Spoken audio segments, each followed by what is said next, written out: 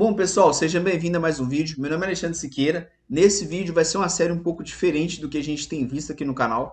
Vai ser uma série de vídeos que eu vou lançar todo domingo. O objetivo desse vídeo é trazer algumas atualizações do mercado, né, e algumas opiniões aqui, beleza? Então, se você quer saber um pouco do que aconteceu no mercado e como isso impacta os ativos, fique nesse vídeo que você vai aprender aqui comigo. Pessoal, dentro do cenário internacional, o que foi mais comentado, né, durante essa semana foi justamente essa questão do Trump, né, das tarifas ali envolvendo países como Brasil, China, Colômbia, né, União Europeia ali. Então, vários países foram taxados ali por essas condições ali do Trump. Basicamente, né, o Trump ele acredita que não é justo esses países taxarem os Estados Unidos, né, e os Estados Unidos não fazer nada. Então, o Trump ele revidou essa questão. E como que isso impacta, né, os ativos de risco? Todas essas tarifas, pessoal, querendo ou não, elas serão, né,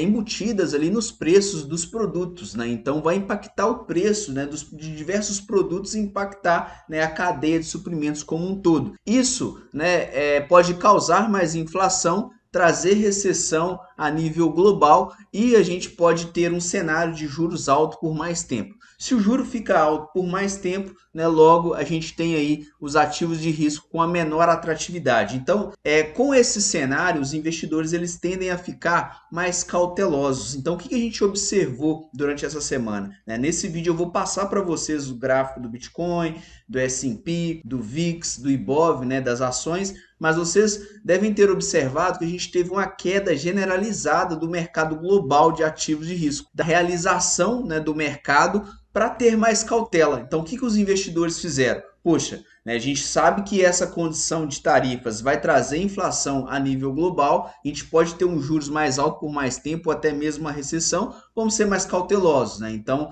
acabou que o mercado realizou, né, esses lucros que tinham ali durante esses últimos 5 anos com a alta do S&P, por exemplo, né, a alta do Bitcoin, por exemplo, e de outros ativos, né, e acabou que esses ativos de forma geral ali foram impactados. Além disso, a gente teve ali algumas commodities, em especial o petróleo, né, que foi bem impactado com essa questão, né, de recessão. Acaba que o mercado entende que pode-se ter uma menor demanda por petróleo e se a demanda diminui, o preço do commodity cai. Se o preço do commodity cai, todos aqueles ativos que estão correlacionados a essa commodity caem, em especial a Petrobras. Mas voltando aqui para o cenário internacional, essa foi a principal notícia dessa semana, né? Então, se todas essas medidas entrarem em vigor no dia 9 de abril, a taxa efetiva superará 25%, maior nível desde o início do século passado, né? Então, isso assustou um pouco aí os investidores, a gente vai observar aqui no gráfico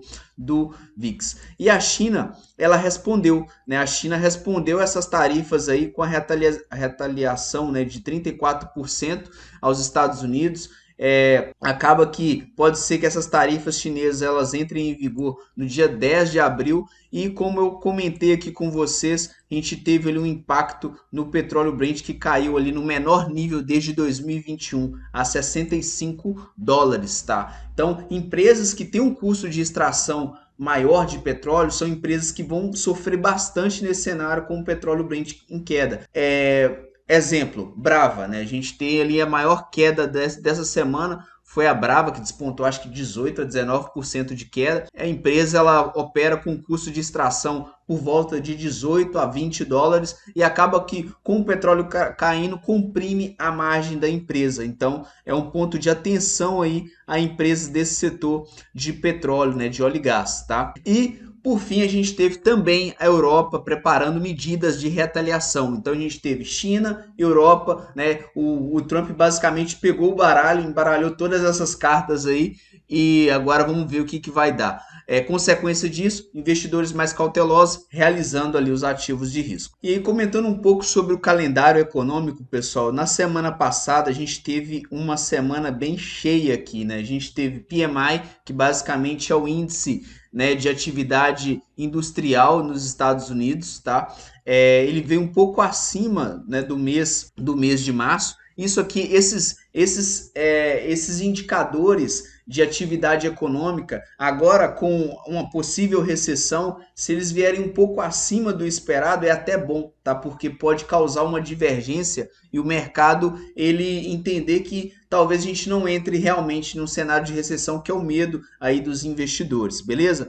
Além disso, né, na terça-feira a gente teve produção industrial aqui, o discurso do Donald Trump, né, no dia 2 ali de abril.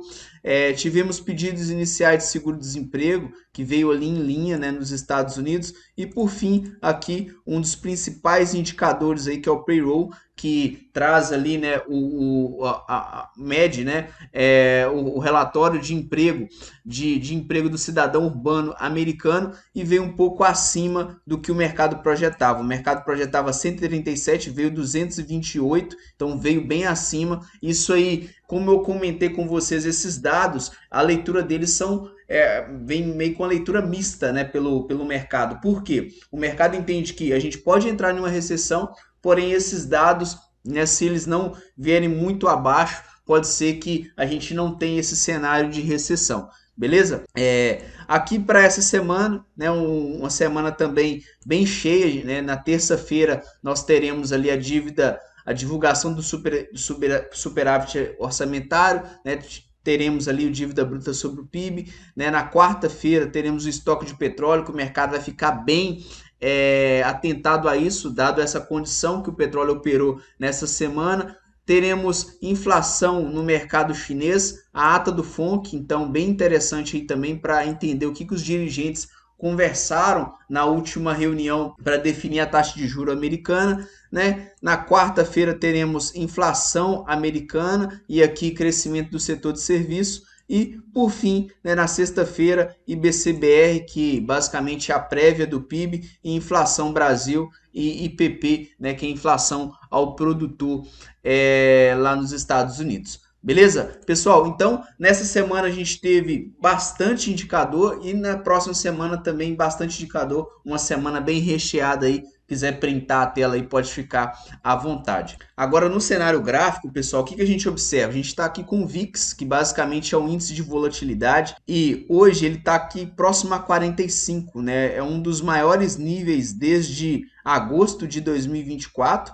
né? E desde cenário de pandemia, né? Então isso retrata que os investidores eles estão com medo, né? Os investidores eles tendem a ficar cada vez mais cautelosos e isso reflete nos ativos de risco. Como a gente pode observar, aqui no S&P 500, que despencou, né, nessa semana, o S&P 500 caiu bastante, saiu lá por volta de 5.5 para 5 mil aqui, né? O próximo suporte interessante do S&P 500 seria ali algo por volta de 4, né, e 800, mas a gente observa aí que os investidores com bastante cautela. O que é um ponto crítico aqui do S&P? É um índice que tem bastante peso na parte de tecnologia e esse setor de tecnologia é um dos setores que mais sofrem com essas taxas, né? Ainda mais quando a gente fala de China, né, Taiwan, que também foi taxado, né? Então essas empresas elas acabam sendo impactadas e perdem valor do mercado e acabam impactando também o índice. Para o Brasil, pode ser que esse cenário que está se desenhando pode ser que seja bom,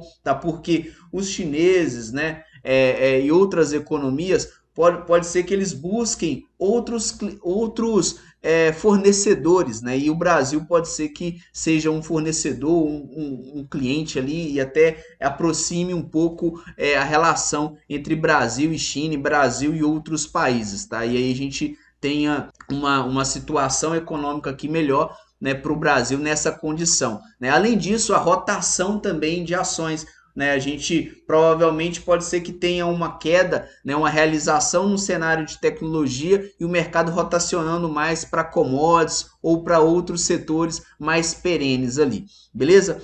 Já o Bitcoin foi um caso bem interessante, pessoal, porque quando teve ali o anúncio dessas tarifas, o Bitcoin ele foi bem impactado, né, em cotação, mas depois parece que o mercado parou para pensar e segurou nessa região de suporte de 80 a 82. Vamos ver o que vai acontecer as cenas dos próximos capítulos. Mas comenta aqui o que você acha por que o Bitcoin ele não oscilou tanto quanto um S&P 500 e quanto outras bolsas globais aí. Deixa o seu comentário aqui que eu quero ver também. Já o Ibov, né, o Ibov reagiu bem. ele saiu lá dos 130 mil pontos e buscou aqui os 127, né? A Bolsa Brasileira segue bem descontada em relação aos países emergentes, mas quando a gente pega ali Vale e Petrobras, que detém um bom peso na Bolsa, não tem como, né, pessoal? Se esses ativos caem, a Bolsa segue em queda também. Petrobras protagonizou nesse sentido aí, quando a gente fala do peso que ela tem no Ibovespa, dado essa queda, né, que nós tivemos ali no cenário de petróleo, tá? A curva de juros, ela se acomodou, ela até fechou um pouco aqui a curva de juros da Ambima. Deixa eu colocar aqui para vocês visualizarem aqui. Ela caiu um pouco a curva de juros, né? Isso é interessante para os ativos de risco, então se acomodou ali nos 14, foi até por isso que o Ibovespa ele subiu aqui de 119 para esse 132, porque os investidores estavam entendendo que pode ser que o Banco Central ele não acelere mais essa taxa Selic para as próximas reuniões e, pô, se a gente está ali na crista da onda, o mercado começa a antecipar esse movimento nos ativos de risco, né? Juros para baixo, bolsa para cima, então a gente teve esse rally aqui do início do ano e agora uma correção dada essa notícia, mas o fundamento da bolsa brasileira se mantém, tá? O mercado brasileiro bem descontado em relação aos emergentes, a gente não vê tanto avanço ali na taxa Selic, né? Então é um cenário que os Estados Unidos ali realizando, o mercado estrangeiro realizando, pode ser que a gente tenha uma rotação para o Brasil. Agora essa questão dessas tarifas aí pode ser que beneficie o Brasil também. Vamos ver as cenas dos próximos capítulos. Já que a Petrobras, né, despencou Petrobras muito por conta ali do petróleo Brent, como eu comentei aqui no início do nosso vídeo. Tá? O petróleo Brent que está sendo bem impactado por conta da possível menor demanda, né? Que os investidores entendem aí, possível recessão na verdade, e aí Petrobras bem impactada aqui, Vale, realização também, despencou Vale, né? Seguindo aí os ativos locais, beleza? Além disso, pessoal, nós tivemos também nessa semana uma questão do Banco Master, né? Que acabou o BRB anunciou a compra ali do Banco Master, depois o Banco Central acabou barrando ali, e isso trouxe alguns ruídos no mercado, e parece que o pessoal aí, né, o segmento, né, bancário, eles vão discutir um pouco sobre essa dinâmica do FGC. Beleza? Pessoal, então esse é o vídeo, né? Um vídeo bem resumido aqui do que aconteceu no mercado na semana passada, como que isso impactou o mercado. A gente deu um giro aqui rapidamente sobre os ativos de risco, tá? E espero vocês aí no próximo domingo. Comente aqui o que você achou desse vídeo, né? Se você achou que a gente pode melhorar em alguns pontos, né? O que você achou também do vídeo de forma geral. Se inscreva no canal e grande abraço e valeu!